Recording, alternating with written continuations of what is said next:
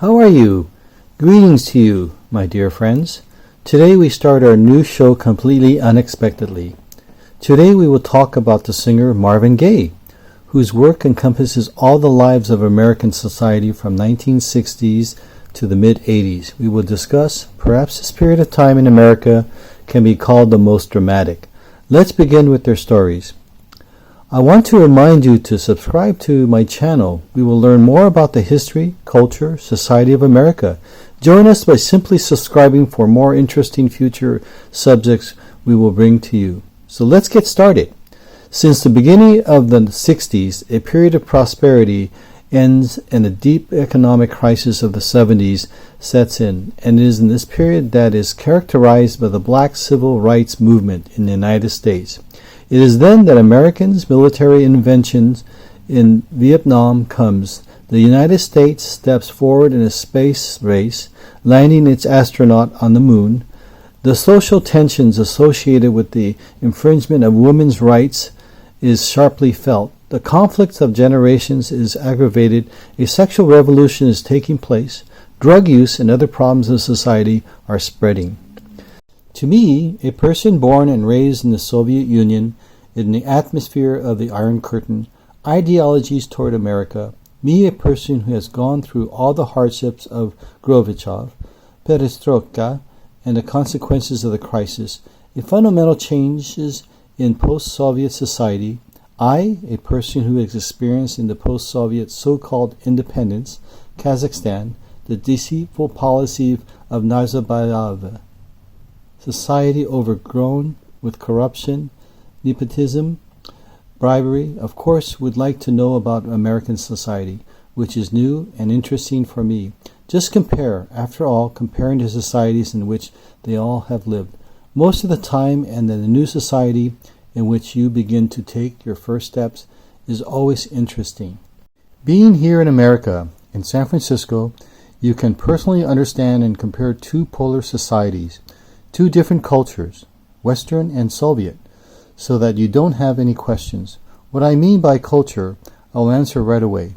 I really like the definition of German classical philosopher Spengler, who believed that culture is a local belonging which has a temporary and spatial definition underlying a type of civilization that has a period of formation, flourishing, and extinction.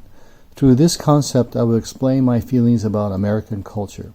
The spirit of American culture can be seen elsewhere here, wherever you are on the central streets of San Francisco,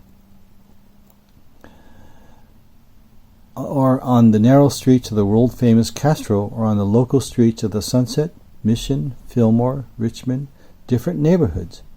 Here and there you hear music. Music is huge in San Francisco. San Francisco lives and breathes music. Live music on the central streets with excellent singing or instrumental music. On small streets or boulevards, from the windows of houses or passing cars, you hear the music of all types of people and nationalities of the entire globe, from Chinese folk music, which is always present in Washington Square, and ending with the Mission District. This, of course, is Latin American music, always loud, always bright, multi-instrumental, or in the Fillmore District, it's always a lonely African-American soul, always breathtaking. But be that it is, may be in America, in San Francisco, in a city with high standards of living, one of the richest cities in the United States, thanks to the attractions of highly skilled workers here, where numerous people from different countries make San Francisco the most international city in the world. I want to acquire and absorb information about the many sides and interesting American society. There is a great desire to better understand people and their history of life in this country. How did you get the idea of create programs about American culture? It came as the programs about Dimash were created. Dimash is not a person of one country. Dimash, with a unique voice, beautiful singing, his exciting energy and original manners of singing wins the heart of all the people on the planet. Dimash is a man of the world. Dimash brings together people from different countries. It seems that there is no difference from nationality and you belong to. There is only one desire to listen to the unearthly space music of Dimash and learn the music of the world. American cultures is so diverse that one wonders where to start. And I would like to start with this famous and talented all over the world singer, Marvin Gaye. When creating this video about this man belonging to the American society, for some reason you involuntarily recall the stories of our parents about the times when they, while still very young, absorbed the culture of Western society through the music of Elvis Presley, the Beatles, and others. When my parents danced the twist and shake, they dressed in stylish jackets and dresses, trying to be like their idols, Western stars, and as on their faces, with the recollection of their carefree youth, a warm, affectionate smile appeared and arises. Mother, mother, there's far too many of you crying. Oh, brother, brother, brother, there's far too many of you dying.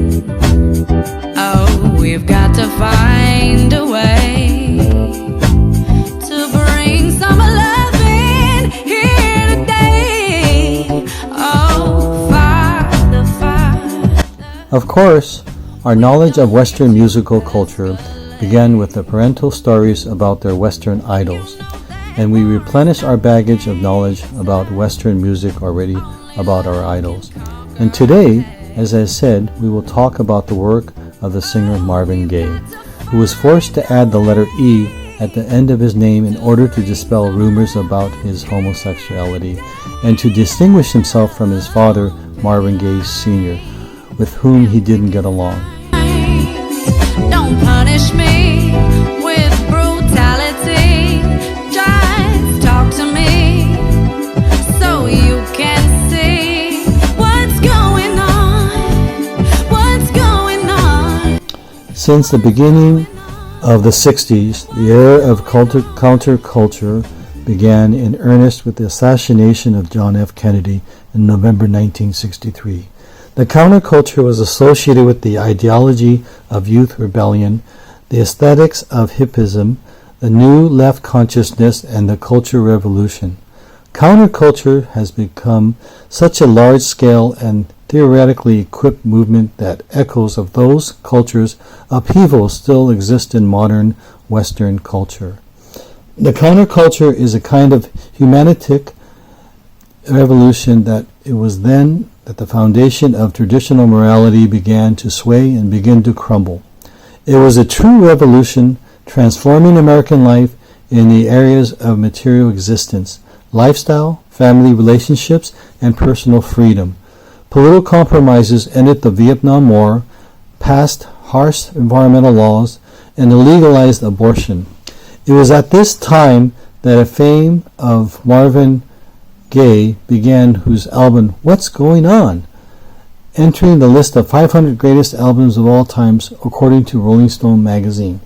This album is ranked 6th and has been called one of the greatest pop albums of the 20th century.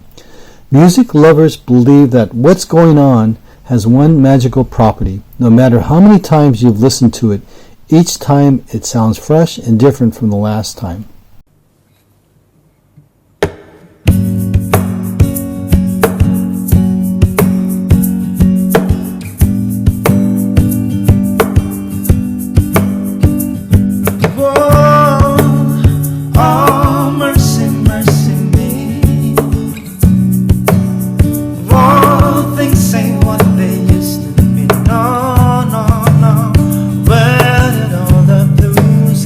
Marvin grew up in an extremely religious family. The atmosphere and rules in the house were set by his father, Marvin Sr., the former head of the Church of the House of Gods, a conservative offshoot of Protestantism who honored the Old Testament as well as the New. From the age of 4, Marvin sang in the church choir. Singing brightened up the Sabbaths, during which his father played along with him on the piano. It's hard to imagine African Americans observing Sabbath, but it's even more difficult to imagine Marvin Sr. beating his son for the smallest offenses. By the age of 13, there was not a single inch on Marvin's body that Marvin Sr. would not vulnerate in righteous anger. At 17, Marvin ran away from home straight into the army, from which he was quickly chased for disobedience. Moved to Detroit, worked for a while as a session musician for the upcoming music label Motown, and quickly gained prestige there. At 21, he fell in love with a 36-year-old sister of a recording studio owner, married her, and became a star and sex symbols for millions of fans. The racial issues and civil revolt of blacks, the murder of Malcolm X and Martin Luther King, has long aggravated his soul when his older brother returned from Vietnam and talked about what the war looked like in reality. Against this background, Marvin recorded a new album, What's Going On? After this light, soulful album, in order to throw off the moral shackles imposed by his father, he began to write his new album, Let's Get It On. Marvin lived in a civil marriage with his 16-year-old mistress, used tons of cocaine, squandered millions in royalties at the speed of light, and by the age of 40 became a classical example of the shooting star. Wandering from hotel to hotel, he constantly reread the Bible and took drugs. After desperate attempts to return to the stage and release an album with the self-explanatory title Sexual Healing, Marvin, practically bankrupt, moved to his parents' house, which he recently donated to them with his own money. The house was besieged by crowds of fans. Marvin Sr. was beside himself, and Marvin Jr. felt calm next to his mother. On April 1st, the day before the singer's 45th birthday, his parents quarreled again. Marvin stood up for his parents and hit his father for the first time in his life. The humiliated father ran into the next room, which contained the weapon that Marvin had given him. Marvin Jr. fell to the floor, and then his father shot 2 more times. An ambulance brought an already lifeless star to the hospital, and this is the end of Marvin Gaye's earthly journey. After the murder of his son, Marvin's father was asked if he loved his child. "Let's just say I didn't dislike him," he replied. The father represented in the life of Marvin a certain Old Testament figure, a strict punishing principle, whose love the offspring must conquer and keep. Once at the peak of his career, Marvin came to his parents' house, threw a suitcase with $1 million in front of his father and asked, "Well, Father, are you satisfied with me now?" The father looked at the money with contempt and answered him with a quote from the Bible, "What is the use of a man if he gains the whole world but hurts his soul?" From early childhood, musical harmony was an outlet for Marvin from the severity and cruelty of his parents' home. The mature Marvin did not reject the religion that poisoned his childhood, and through music he conveyed the best of what he understood. Anger is stupidity and love is wisdom. Marvin Gaye's music is based on soul, which originated in African American music as a logical continuation of gospel music. Music performed at the church services and rhythms and blues, progenitors of rock and roll and funk. Marvin Gaye was called the Prince of Soul. In his songs, he sang not only about problematic society, which he himself witnessed, but he actively joined the African American liberation movement. Marvin Gaye wanted to be a black Frank Sinatra, a first-class star for listeners of both skin colors, so he suffered from the fact that official pop awards began to be presented to him only in the 80s, where his career was already going downhill. He made a significant contribution to the society acceptance of black music, becoming the main star of the first major recording company of the black producer Berry Gordy. The first on this label, he recorded his protest album, What's Going On, thanks to which a year later the mayor of Washington declared May 1st Marvin Gaye Day on the cover of the album for the first time in the history of Motown. All the sessions musicians were participated in the recording are indicated. Before that, no one remembered their existence. They were musical ghosts. There are 49 such musicians on What's Going On, and the only one is Marvin Gaye. True, we can say that there are a lot of Marvins on the album because of the songs contain several tracks with his voice at once. He sings and sings along with himself. His musical reflected the protest sentiments of the American populations during the Vietnam War. During the entire conflict, more than 500,000 Americans flew to fight for the South Vietnamese army, of whom 58,000 died and another 300,000 returned home with injuries of various severity. A huge part of American population protested and did not understand why this war was needed and why their children and husbands were called to a bloody meat grinder in a jungle far away. From the youth movement against the war, hippies emerged, who in 1967 gathered in a crowd of 100,000 and organized the march to the Pentagon. The anti-war protests brought white youth closer to their black peers, who also along the way defended their equality. Marvin Gaye touched upon his issues personally, since his beloved older brother was taken to the war protests, the return of his brother, and his stories of the horror of war formed the basis of What's Going On. The album began with a song of the same name, in which a brother asked his brother, "What is happening here, and how? What happened while I was away?" The theme of returning from the war runs through the entire album. Although there are no direct references to Vietnam conflict in it, the war is depicted as a kind of inevitable evil that accompanied people both in Old Testament times and in time of Marvin Gaye. It is not going to go anywhere in our days.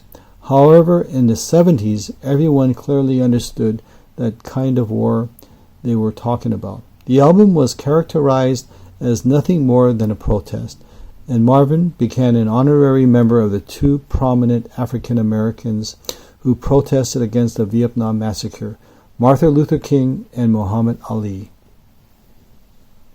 Say you don't want me now, but I'm gonna change your mind somewhere, somehow. Oh, baby. Moreover, his work reflects the problems associated with the ecological disaster. In the song Mercy, Mercy Me, the ecology, he sings, "Where did the blue skies go? A poisonous wind blows from the north and from the south and from the east. Spare me, spare me." Environmental problems for Marvin Gaye are spiritual in nature. If you dig deeper, humanity does not want to sacrifice today and its own comfort for the sake of tomorrow and the welfare of our descendants. In the same way, the sinner does not want to sacrifice the lights of earthly life for the sake of afterlife. In the song, "Save the Children," Marvin reminds of someone whom it makes sense to come to your senses and start living more intelligently and loving for the sake of children. The ability to sacrifice the monetary for the future of others, still very tiny people, opens the door to infinity, whose name is love, but who cares, who is even trying to change something in this world's doomed to death. The sound of the album is filled with the hope and optimism, faith and love in the future. Let's go back to the song, What's Going On? The contents of this song is like your own understanding of life. All his life, Marvin suffered from his own mistakes and wanted to improve. He tried to compensate for his addiction to drugs with a passion for sports, which his childhood he was forbidden to do. He honestly tried to build a strong marriage, adopted a child, and gave birth to two more. Most of all, however, succeeded in compensating for the general sense of sinfulness implanted in him by his father and the Bible's writers. This redemption came to him through What's Going On. The music on this album helped us to look differently at the problems of our times and bring spiritual relief, writes the expert Tupac Shakur, one of the most influential hip-hop artists in American history, who suffered several gunshot wounds and died in the fall of 1996, said, "If there is heaven, Marvin Gaye's music sound there anywhere.